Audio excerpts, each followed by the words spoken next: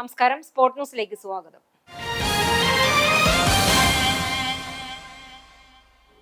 പത്തു വർഷത്തിന് ശേഷം അധികാരത്തിൽ വരുമ്പോൾ സർക്കാർ രൂപീകരണത്തിന് നടപടികൾ വേഗത്തിലാക്കുകയാണ് UDF. ഘടകകക്ഷികളുമായി മന്ത്രിമാരുടെ എണ്ണവും വകുപ്പുകളും സംബന്ധിച്ച് ഇന്ന് ധാരണയിലെത്തുമെന്നാണ് സൂചന. അതേസമയം മുഖ്യമന്ത്രി ഉൾപ്പെടെ 11 മന്ത്രിമാരും സ്പീക്കറും ഡെപ്യൂട്ടി സ്പീക്കറുമാകും കോൺഗ്രസിന് ലഭിക്കാൻ സാധ്യതയുള്ള സ്ഥാനങ്ങൾ. തിങ്കളാഴ്ചയാണ് UDFന്റെ പൂർണ്ണ മന്ത്രിസഭ അധികാരമേൽക്കുന്നത്. VD സതീശൻ മന്ത്രിസഭയിലെ മന്ത്രിമാരുടെ പട്ടിക നാളെ ഉച്ചയോടെ ഗവർണർക്ക് കൈമാറും. ആഭ്യന്തരം, വിജിലൻസ്, വൈദ്യുതി, ഗതാഗതം, റവന്യൂ, ആരോഗ്യം, ടൂറിസം, ഗ്രാമവികസനം, സഹകരണം, എക്സൈസ്, വനം, പരിസ്ഥിതി വകുപ്പുകൾ ഉമ്മൻചാണ്ടി മന്ത്രിസഭയിൽ കോൺഗ്രസ് കൈകാര്യം ചെയ്തിരുന്നു. എന്നാൽ ഇത്തവണ ഇതിൽ ചിലത് ഘടക കക്ഷികൾക്ക് കൈമാറിയേക്കും. അതേസമയം കേരള കോൺഗ്രസ് മാണി ഗ്രൂപ്പിന് നൽകിയിരുന്ന ധനവകുപ്പ് ഇത്തവണ കോൺഗ്രസ് ഏറ്റെടുത്തേക്കും. ഉടക്കി നിൽക്കുന്ന രമേശ് ചെന്നിത്തല അയഞ്ഞാൽ സുപ്രധാന വകുപ്പ് തന്നെ നൽകേണ്ടി വരും. രമേശിന് പുറമെ മുതിർന്ന നേതാക്കളായ സണ്ണി ജോസഫ്, കെ മുരളീധരൻ എന്നിവരും മന്ത്രിസഭയിലുണ്ടാകും. സംസ്ഥാന ഭരണമാറ്റത്തിന് പിന്നാലെ ഗുരുവായൂർ ദേവസ്വത്തിലും പുതിയ ഭരണസമിതിക്ക് സാധ്യത. നിലവിൽ ഭരണസമിതിയിൽ ഒരംഗത്തിന്റെ കുറവുണ്ട്. സെപ്റ്റംബർ 5-ന് 2 അംഗങ്ങളുടെ കാലാവധി അവസാനിക്കും. ജീവനക്കാരുടെ പ്രതിനിധിയും CPM അംഗവുമായ C. മനോജ്, കേരള കോൺഗ്രസ് M പ്രതിനിധി മനോജ് B. നായർ എന്നിവരുടെയും കാലാവധിയാണ് അവസാനിക്കുക. ഇതോടെ സർക്കാരിന് 3 അംഗങ്ങളെ നിർദ്ദേശിക്കാൻ കഴിയും. സ്ഥിരം ഭരണസമിതി അംഗങ്ങളായ തന്ത്രി, മല്ലിശ്ശേരി, സാമൂതിരിരാജ എന്നിവരുടെ പ്രതിനിധികൾ സർക്കാർ പക്ഷത്തിനൊപ്പം നിൽക്കുന്നതോടെ ഇപ്പോഴത്തെ ഭരണസമിതി ന്യൂനപക്ഷമാകും. 9 അംഗ ഭരണസമിതിയിൽ ജീവനക്കാരുടെ പ്രതിനിധി ഉൾപ്പെടെ 6 അംഗങ്ങളെയാണ് സർക്കാർ നാമനിർദ്ദേശം ചെയ്യുന്നത്. CPM പ്രതിനിധിയായി നിലവിലെ ചെയർമാൻ AV ഗോപിനാഥും CPI പ്രതിനിധിയായി MU ഷിനിജയും മാർച്ച് 15-നാണ് ചുമതലയേറ്റത്. തെരഞ്ഞെടുപ്പ് വിജ്ഞാപനം ഇറങ്ങുന്നതിന് തൊട്ടുമുമ്പ് കാലാവധി പൂർത്തിയാകാത്ത ചെയർമാൻ ഡോക്ടർ VK വിജയനെ രാജിവെപ്പിച്ചാണ് പുതിയ ചെയർമാനായി AV ഗോപിനാഥനെ തെരഞ്ഞെടുത്തത്. 2 വർഷ കാലാവധിയുണ്ടെങ്കിലും സെപ്റ്റംബറിൽ ഭരണസമിതിയുടെ ഭൂരിപക്ഷമില്ലാതാകും. UDF പ്രതിനിധികൾ എത്തുന്നതോടെ നിലവിലെ ഭരണസമിതിക്ക് ഭരണപരവും വികസനപരവുമായ തീരുമാനങ്ങൾ നടപ്പിലാക്കാൻ കഴിയില്ല. കേരള രാഷ്ട്രീയത്തിന്റെ ചുവടുപിടിച്ച് സെപ്റ്റംബർ മുതൽ ഗുരുവായൂർ ദേവസ്വം ഭരണവും UDF പക്ഷത്തേക്ക് മാറാനാണ് സാധ്യത. ഗുരുവായൂർ ദേവസ്വത്തിൽ നിന്ന് വിരമിച്ചവർക്കും ആരോഗ്യ ഇൻഷുറൻസ് ഏർപ്പെടുത്താൻ ദേവസ്വം ഭരണസമിതി തീരുമാനിച്ചു. ഭാര്യയ്ക്കും ഭർത്താവിനുമായി 1 ലക്ഷം രൂപയുടെ ചികിത്സ ലഭിക്കുന്ന സംവിധാനമാണ് ഏർപ്പെടുത്തിയിട്ടുള്ളത്. ക്ഷേത്ര ദർശനത്തിനെത്തുന്ന ഭക്തർക്ക് സാധനങ്ങൾ സൂക്ഷിക്കാൻ ഡിജി ലോക്കർ സംവിധാനം ഏർപ്പെടുത്താനും തീരുമാനിച്ചു. ഇക്കാര്യത്തിന് വിദഗ്ധ കമ്പനികളുമായി ദേവസ്വം ചർച്ച നടത്തി. ടെൻഡർ നടപടികളിലേക്ക് കടക്കുമെന്ന് അഡ്മിനിസ്ട്രേറ്റർ OB അരുൺകുമാർ അറിയിച്ചു. മാലിന്യ നീക്കവുമായി ബന്ധപ്പെട്ട് നഗരസഭ ആവശ്യപ്പെട്ട തുകയുടെ പകുതി നൽകാനും തീരുമാനമായി. ബാക്കി തുക സംബന്ധിച്ച് നഗരസഭയുമായി ചർച്ച നടത്തും. കൗസ്തുഭം റെസ്റ്റ് ഹൌസിലെ 100 മുറികളുടെ അറ്റകുറ്റപ്പണികൾ അവസാന ഘട്ടത്തിലാണ്. ഇതിൽ 50 AC മുറികളാണ്. ഇത് എത്രയും വേഗം ഭക്തർക്ക് തുറന്നുകൊടുക്കും.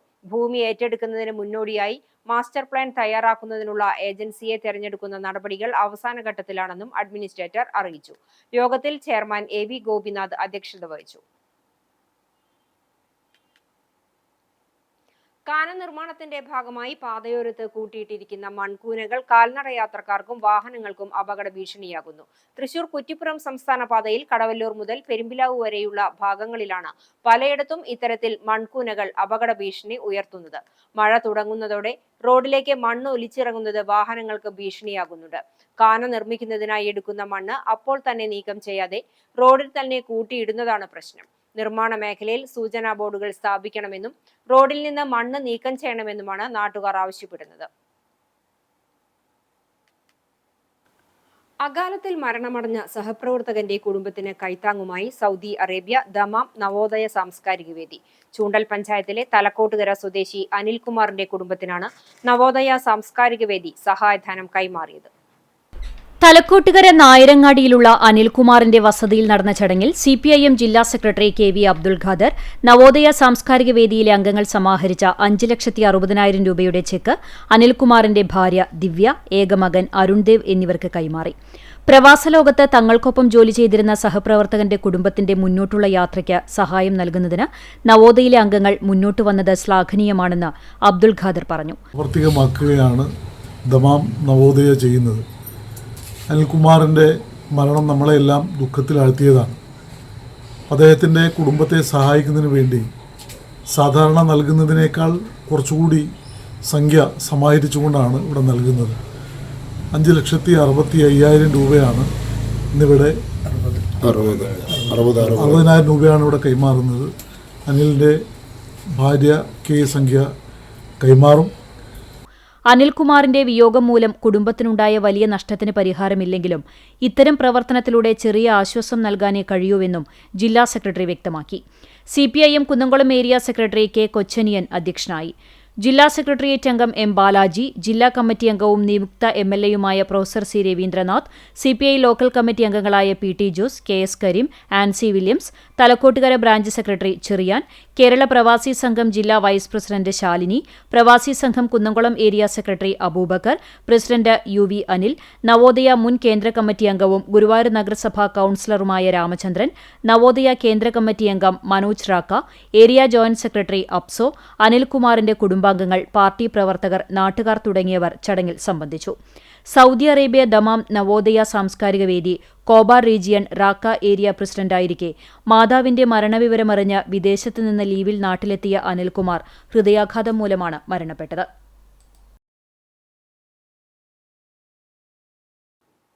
ഇന്ധനവില വർധനവിൽ പ്രതിഷേധിച്ച് ഡിവൈഎഫ്ഐ കാട്ടക്കാമ്പാൽ മേഖലാ കമ്മിറ്റി പ്രതിഷേധ പ്രകടനം നടത്തി. കോർപ്പറേറ്റ് കമ്പനികൾക്ക് വേണ്ടി പൊതുജനങ്ങളെ കൊള്ളയടിക്കുന്ന കേന്ദ്ര സർക്കാരിന്റെ നയം പിൻവലിക്കണമെന്ന മുദ്രാവാക്യവുമായി പാർട്ടി ഓഫീസിൽ നിന്നും ആരംഭിച്ച പ്രകടനം ചിറക്കൽ സെന്ററിൽ സമാപിച്ചു. തുടർന്ന് നടന്ന പ്രതിഷേധ യോഗം മേഖലാ ട്രഷറർ അൻമോൻ സി തമ്പി ഉദ്ഘാടനം ചെയ്തു. നിരവധി പ്രവർത്തകർ പങ്കെടുത്ത യോഗത്തിന് മേഖലാ കമ്മിറ്റി അംഗങ്ങളായ KK ഷമീർ സ്വാഗതവും MP നിവേദ് നന്ദിയും പറഞ്ഞു. ഗുരുവായൂർ ക്ഷേത്രത്തിൽ കഴിഞ്ഞ മാസത്തെ ഭണ്ഡാരം വരവായി 6,21,48,251 രൂപയും 1 കിലോ 353 ഗ്രാം സ്വർണവും 13 കിലോ 245 ഗ്രാം വെള്ളിയും ലഭിച്ചു. ഈ ഭണ്ഡാരം വഴി 7 ലക്ഷത്തോളം രൂപയാണ് ലഭിച്ചത്. മലങ്കര യാക്കോബായ സുറിയാനി ഓർത്തഡോക്സ് സഭയുടെ ട്രസ്റ്റിയും സെക്രട്ടറിയുമായി ദീർഘകാലം സേവനമനുഷ്ഠിച്ച ബാരിത്തോ കാശിറോ ജോർജ് മാത്യു നിര്യാതനായി. 70 വയസ്സായിരുന്നു. വെല്ലൂർ CMC ആശുപത്രിയിൽ ചികിത്സയിലിരിക്കെയായിരുന്നു അന്ത്യം. മൃതദേഹം ഞായറാഴ്ച വൈകിട്ട് എറണാകുളം ഗിരിനഗറിലുള്ള വസതിയിൽ പൊതുദർശനത്തിനു ശേഷം എളംകുളം സെന്റ് മേരീസ് സുനോറോ കത്തീഡ്രൽ സെമിത്തേരിയിൽ നടത്തും. സഭയുടെ വിവിധ ഉന്നത സ്ഥാനങ്ങളിലും കർഷക കോൺഗ്രസ് സംസ്ഥാന ജനറൽ സെക്രട്ടറിയായും പ്രവർത്തിച്ചിട്ടുണ്ട്. സുജ ജോർജ് ഭാര്യയും ഏലിയാസ് മാത്യു, ജോൺ മാത്യു എന്നിവർ മക്കളുമാണ്. കഴിഞ്ഞ 10 വർഷക്കാലം സംസ്ഥാനം ഭരിച്ച ഇടതുമുന്നണിയുടെ കയ്യിൽ നിന്നും ഭരണം തിരിച്ചുപിടിക്കുന്നതിന് നേതൃത്വം നൽകുകയും തിങ്കളാഴ്ച സത്യപ്രതിജ്ഞ ചെയ്ത് മുഖ്യമന്ത്രിയായി സ്ഥാനമേൽക്കുകയും ചെയ്യുന്ന VD സതീശന് അഭിവാദ്യങ്ങൾ അർപ്പിച്ചുകൊണ്ട് കാട്ടകമ്പാൽ യൂത്ത് കോൺഗ്രസ് മണ്ഡലം കമ്മിറ്റി ചിറക്കൽ സെന്ററിൽ ആഹ്ലാദ പ്രകടനം നടത്തി. യൂത്ത് കോൺഗ്രസ് മണ്ഡലം പ്രസിഡന്റ് ശ്രാവൺ സിദ്ധാർത്ഥന്റെ നേതൃത്വത്തിൽ നടത്തിയ പ്രകടനത്തിൽ കോൺഗ്രസിന്റെയും യൂത്ത് കോൺഗ്രസിന്റെയും നേതാക്കളായ MS മണികണ്ഠൻ, അബ്ദുൾ റഷീദ്, മുഹമ്മദ് റാഷിദ്, അൻവർ, ഫൈസൽ, ഇക്ബാൽ, സുബ്രു, നദീർ തുടങ്ങിയവർ പങ്കെടുത്തു. All India state bank staff federation നേതൃത്വത്തിൽ മെയ് 25-26 തീയതികളിൽ നടത്തുന്ന ദേശീയ സ്റ്റേറ്റ് ബാങ്ക് പണിമുടക്കിനോടനുബന്ധിച്ച് ഗുരുവായൂർ ബ്രാഞ്ചിന് മുന്നിൽ പ്രതിഷേധ ധർണ നടത്തി. സ്റ്റാഫ് യൂണിയൻ വനിതാ എക്സിക്യൂട്ടീവ് കമ്മിറ്റി അംഗം ശുഭ ഉദ്ഘാടനം ചെയ്തു. യൂണിറ്റ് സെക്രട്ടറി സി ജോചീരൻ നേതൃത്വം നൽകി. ഇതോടെ സ്പോർട് ന്യൂസ് സമാപിക്കുന്നു. നമസ്കാരം.